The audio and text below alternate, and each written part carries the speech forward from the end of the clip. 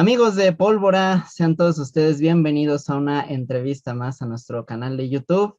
Recuerden activar la campana que aparece abajo de este video para recibir todas las notificaciones y además síganos en redes porque se vienen unas coberturas sabrosísimas. Pero basta de comerciales porque el día de hoy tengo un gran honor, el gran honor de compartir micrófonos y pantalla con uno de los mejores guitarristas que ha existido en la historia. No voy a adentrarme más en detalles porque además viene presentando su nuevo disco, The Elephants of Mars. Sin más, le doy la bienvenida a Joe Satriani, por supuesto. Joe, how are you today?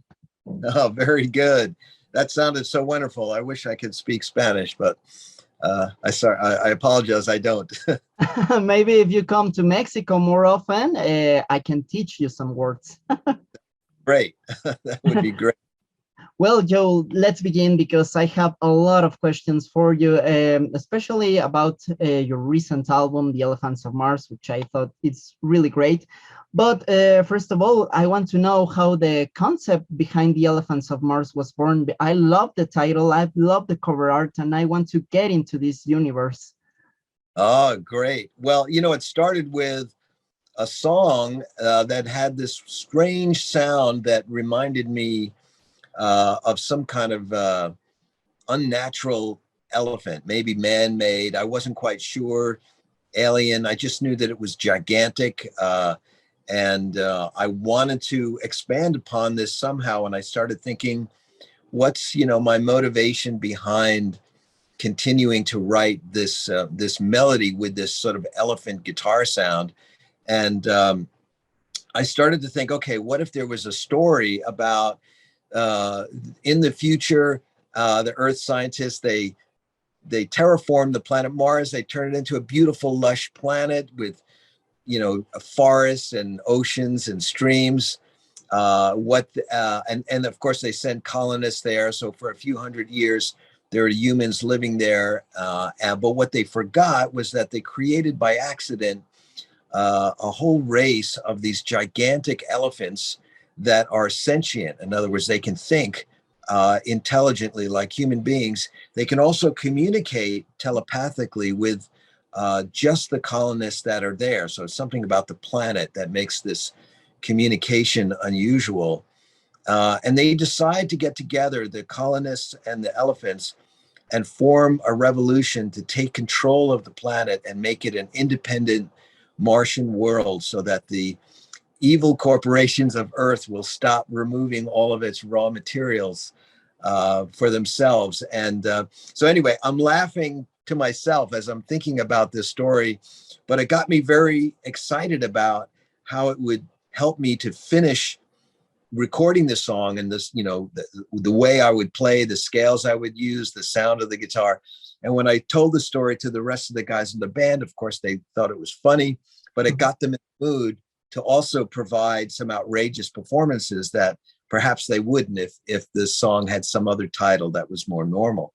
And then eventually, when I bring the idea to my art director, Todd Galapo, he loves the track and he's thinking, oh, I got to do something outrageous. And I said, yeah, but I don't want to be on the cover this time. Let's do something different, because we've done a lot of album covers from Chickenfoot all the way through the last 10 years. And so he came up with this concept of using guitar parts to outline the elephants, and he the color scheme, and also made the make-believe things of the terraform Mars. Really a lot of fun. We just had a great time working off of this crazy idea of these elephants. And sometimes that's what it takes to get everybody motivated to do their creative best. Joe, now I have several new questions for you, but first I want to take a small parenthesis because you mentioned the artist behind the cover art and that you also worked with him before on Chickenfoot. So you may say he came with the idea of the 3D packaging of the second album of Chickenfoot? Yes, yeah, both. The first and Chickenfoot 3, yes. Oh, that's cool, man. Yeah. Well, Joe, it's a very interesting concept because it also feels like a very contemporary theme about the colonialism and the exploitation of these natural sources, and especially in this sci-fi context that you put your songs into. Now, what I wanted to know is, first of all, which one will you say was the original source of this sound that you just first mentioned? Oh, I think it was a combination of guitar and software. I think I was playing around with a software suite called Massive. Um, and, very often what I'm doing, I think around that time we were writing musical cues for the comic book Crystal Mhm. Planet. And so sometimes I'll spend a few weeks where, I'll put the guitar away and I'll just work with keyboards and come up with unusual soundscapes. And then I'll bring the guitar in and see how I can interact with it. And from one of those sessions came that particular sound. It was a really short piece of music, maybe about a minute and a half or 2.5 minutes. Mhm. But it stayed with me. And actually, once I got the whole concept together and I sent it to my producer, I said, this is like this beautiful diamond. It is a little rough. It just needs some polishing till we can expand upon it. And it was a perfect example of collaboration, because what Eric was able to do is he took this clean guitar solo I had in the middle and he rewrote the chords underneath it. And then once I heard that, then I had the idea to make this some kind of long guitar solo at the end, but I didn't know how long. So he Okay. created a Pro Tools session file for me that had a solo that was way too long, but he thought it was just for practicing. So when he sent it to me, I hooked up some new pedal. I think it was, give me a second. Sure. It was this. Oh, man. That pedal, and I decided to record in stereo. So I went DI guitar in the left channel, the right channel I had the Qtron in, monitoring with SansAmp, and I just improvised this one solo. And I realized once I finished, the session was over. And even though it was way too long, I thought, that's perfect. I'm not going to touch it. So after that, I just sent it to him. And then all the rest of the guys started to play against this crazy solo using the symmetrical scale. It was just a really wonderful, back and forth between collaborators that eventually turned a silly idea about elephants on Mars into this epic science fiction song. You mentioned something interesting. I like the work you do with G3, for example, but I always wonder, when do you think it's a solo, it's long enough, maybe for audiences to get excited for or getting along with, now that you just mentioned about the process behind this universe? Yeah, you never can tell. There's no design, no set rule, I think, for anything in the arts. I think that in many ways, I think that an artist just has to trust their instinct and create that piece of music the way that they feel is the most truthful way at that moment. The way that the audience reacts to it shouldn't really have any bearing on it, really. I really think so, because very often, I think about, let's take a Rolling Stones album like Exile on Main Street. When that came out, it got really bad reviews. People didn't like the sound. It was too long. They had all kinds of problems with it. But of course, it just was underappreciated. It was misunderstood. And it became mythical as the fans realized it was an absolute fantastic album. And same thing with, just look at Led Zeppelin. When Led Zeppelin came out, Rolling Stone hated everything they ever did. So, they call it pure noise. Yes, yeah. So there you go. So, but it didn't deter, Jimmy Page and and it didn't change the way the Rolling Stones did anything. So I think that you can't cater. And maybe if you're a pop artist, you can cater, but I don't, that's not what I do. I'm interested in music that really stands the test of time. And I want the instrumental music to be, soundtracks to people's lives. And so once I record it, I write it and I record it and I release it, it really becomes theirs. It becomes the fans' music. Great, man. Now, Joe, I want to go deeper into a couple of tracks included in the album that I really love. They were my favorite. First of all, I want to go deeper with Faceless. I think it's a great song. If you can tell me more about it. Yeah. Oh, thank you. Yeah, I was, I guess I was inspired by, the horrible events of the pandemic are pretty obvious to everybody around the world. But there were all these secondary negative effects that came from the isolation, from the lockdown. And I started thinking that when I would go out in my community and everyone was covered up, that people started to become faceless. Even people you used to say hello to all the time, nobody really knows who they are. Yeah. Especially here in San Francisco, everyone's pretty bundled up anyway. It's kind of cool most of the time. And I was thinking about, not that specifically, but I thought, yeah, what is that feeling when people don't recognize you, for who you are? And I'd maybe go on with that thought that it's a emotional tragedy when, let's say, the person you love can't see you for who you really are, or your friends or your community, your country. Maybe you feel like you're an alien on the planet.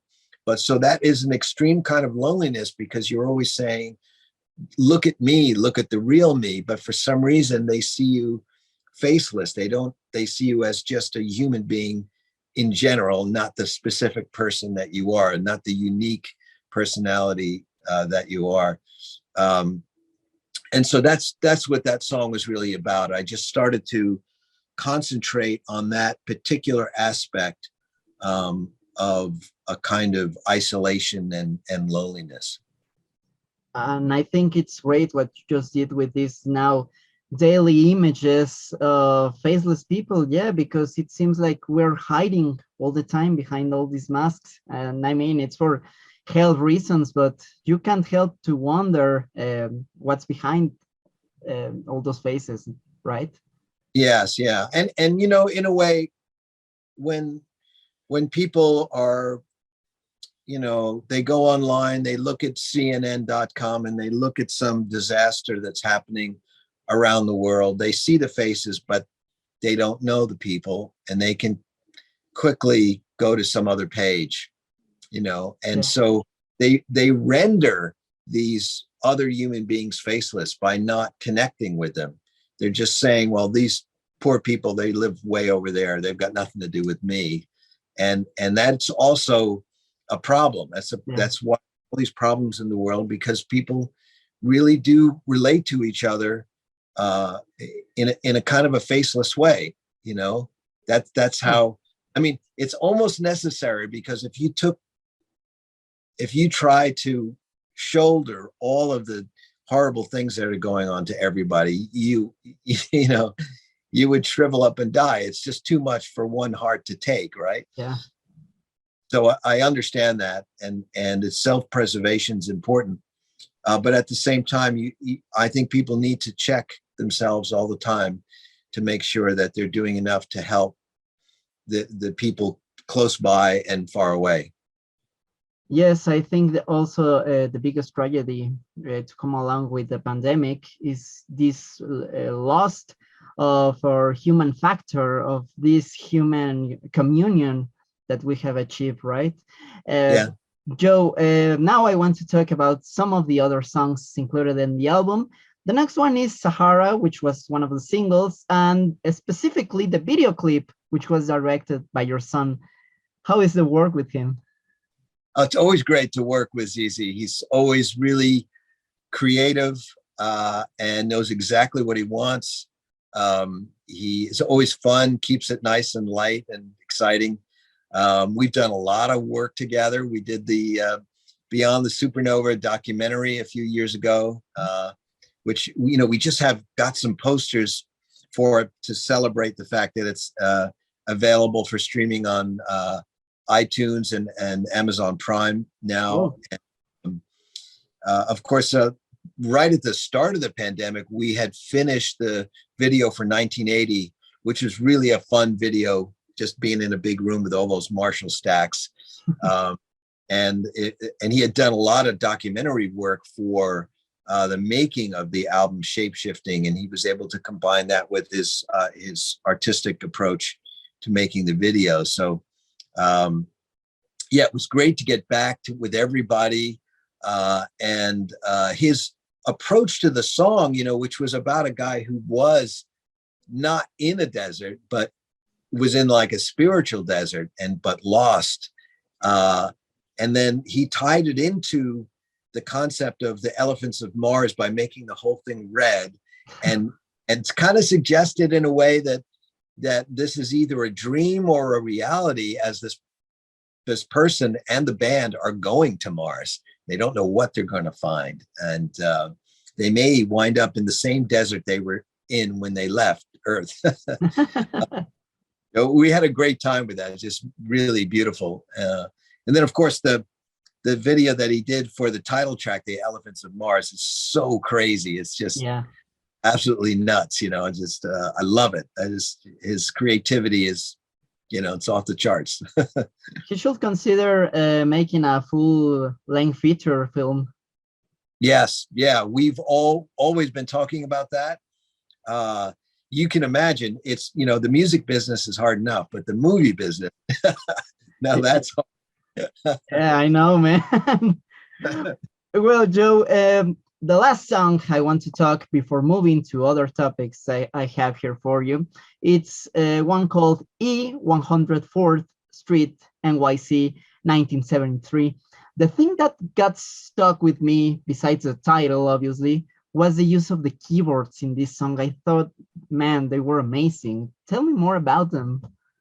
Oh, thank you. Well, the title is an address between 1st and 2nd Avenue, and that's where my father was born and raised, in New York City. Oh. And so, as a young kid in the 60s, I was always going there on the weekends, playing out on the street. New York City was, for a little kid, was the craziest, most fun place ever. But come 1970, I become a teenager, I become a young guitarist. I start to hang out and play music and go to concerts in the city. And I also begin to notice that New York City is a scary, crazy place. And that decade of the 70s was really out of control in Manhattan. It was just, you know, it ended with bankruptcy. I mean, the city really went through some crazy things, but there was fantastic music. You know, there was Miles Davis and the Mahavishnu Orchestra, and there was Led Zeppelin and Humble Pie, and, you know, there was everything you can imagine, fusion, jazz, rock, country, blues, and all the art in the city. Just really wonderful, fun place, great memories. And I was just thinking, I wanted to represent something that, you know, as a young teenager playing in clubs, finishing at 4 a.m, you're on stage with a bunch of musicians. The sun is going to come up any moment, and you just start playing something. And that's the kind of thing that you would play. That's sort of not quite rock, not quite jazz. Like, what is it? Kind of thing. It's fusion. Yeah. So I had like a simple bass line, drum loop, and I put on some simple keyboards on there. But when we finished just about everything, the last person to play on it was Ray Thistlethwaite, our keyboard player, who lives in Australia. So when he finally got it, he heard everything, and he just played the most beautiful Fender Rhodes sound on there, and just sort of like he fit in as just like the story I told you. It was almost like he was there and he was just chilling, you know. You know, sometimes playing with one hand, a cigarette or a drink in the other, kind of thing. Yeah, Just, really old school. yeah, very old school, really nice. That's one of my favorite tracks on the album. It just came out so real, so beautiful. And you know, the groove, this is a funny little part about it, is that when I sent the demo to everybody, it had 2 drum loops. Okay. One very straight, old school hip hop loop, and the other one was a swinging performance that I had performed myself on the keyboard. And the 2 of them sounded really messed up together, like 2 drummers who couldn't decide if they were going to swing or play straight, you know.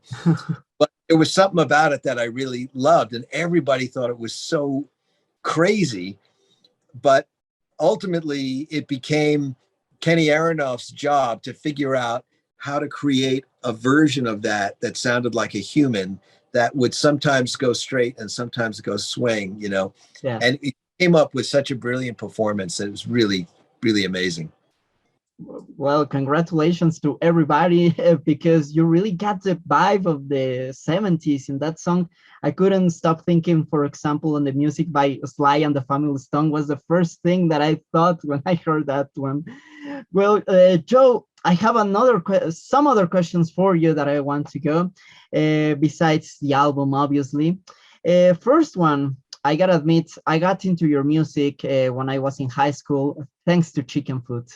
I really love the band, and I know you're busy with your new solo album. I knew Chad Smith just released a new Red Hot Chili Peppers album, but have you talked recently? Do you see the band coming once again? Because it's been a lot of years since the last Chickenfoot album, so I wanted to know more.